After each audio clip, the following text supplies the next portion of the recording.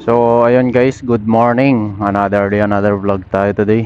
Nandito tayo ngayon sa may Paranaque. Kukunin kasi natin yung padala papunta to ng Quiapo. Yaga sa bata. Din ba ya? Din ba ning kaklase ta?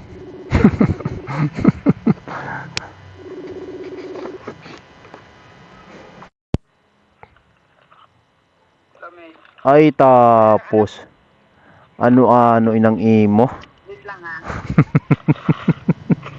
Tudugid nga hinigot ba yan na?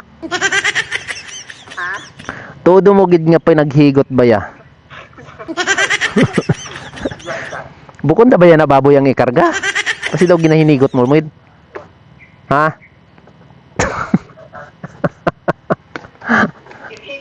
Hitip ko pa. Basiya mo pa natitape? Sige na, sige na. Oo, sige mate. OTW tayo, papunta ng Mabuhay Padala Center sa may Quiapo. So nakuha na natin yung padala, pero may laman na bangus sa loob. Naka-styro naman siya. Papunta naman to ng Romblon. So thank you sa mga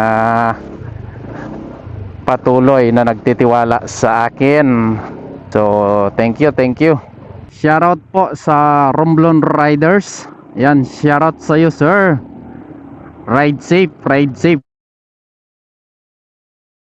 After nito natin i-drop doon sa may Mabuhay, meron tayong kukunin doon. May padala kasi si mama.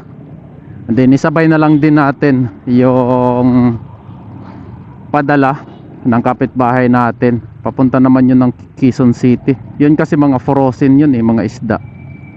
So isabay na lang natin kapag kaya. Pero pag hindi, yun na lang muna ang unahin natin. Yung sa akin kasi mga prutas lang naman yun unahin natin yung frozen na mga padala. Mas priority yun kasi baka masira.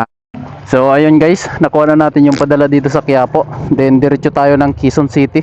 Nagpadala din pala si mama ng Indian mango. So thank you Mother Earth. Thank you din sa kapatid ko kay Nini na may mangga na pinadala. So di-deliver na natin to papunta ng QC. Let's go.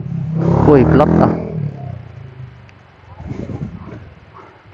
So let's go guys. QC Gaming tayo. Yun, nandito na tayo sa QC. I-deliver na natin to. Naligaw pa ako, putik na yan. So ayun, thank you